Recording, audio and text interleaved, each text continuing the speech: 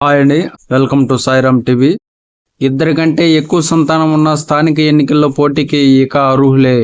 సవరణ బిల్లుకు అసెంబ్లీ ఆమోదం. ఇద్దరి కంటే ఎక్కువ సంతానం గల వ్యక్తులు స్థానిక సంస్థల ఎన్నికల్లో పోటీ చేయడానికి అనర్హులన్న నిబంధనను ఎత్తివేస్తూ ఇందుకు సంబంధించిన చట్ట సవరణ బిల్లును శాసనసభ బుధవారం ఏకగ్రీవంగా ఆమోదించింది. కుటుంబ నియంత్రణ చర్యల్లో భాగంగా 1994లో ఇద్దరి కంటే ఎక్కువ సంతానం ఉన్న వ్యక్తులు పోటీకి అనర్హులని చట్టం చేశారు.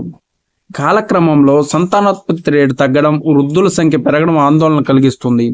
రాష్ట్రంలో మొత్తం సంతానోత్పత్తి సామర్థ్యం రేటు 2001లో 2.6% నుంచి ఇటీవల కాలంలో 1.5%కి తగ్గింది.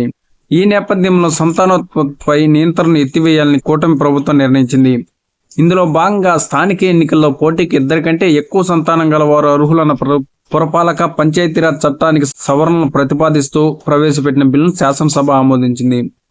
ఇంతకుముందు స్థానిక సంస్థల ఎన్నికల్లో పోటీ చేయాలంటే ఇద్దరు పిల్లల కంటే ఎక్కువ ఉంటే పోటీ చేయడానికి అర్హత లేకుండా ఉండింది. ఇప్పుడు ఈ సవరణ బిల్లు ద్వారా ఇద్దరి కంటే ఎక్కువ సంతానం ఉన్నా కానీ పోటీ చేయొచ్చనే బిల్లు ఆమోదించారు.